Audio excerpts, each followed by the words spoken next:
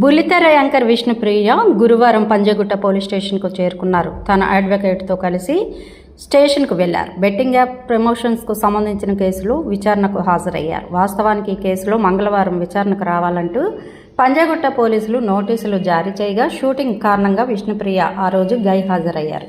తన తరపున శేఖర్ భాషను పోలీస్ స్టేషన్కు పంపించారు. ఈ క్రమంలోనే గురువారం విష్ణుప్రియ విచారణకు హాజరయ్యారు.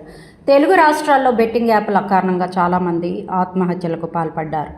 ఎంతోమంది అప్పుల ఊబిలో చిక్కుకుని దిక్కుతోచని పరిస్థితిలో పడ్డారు.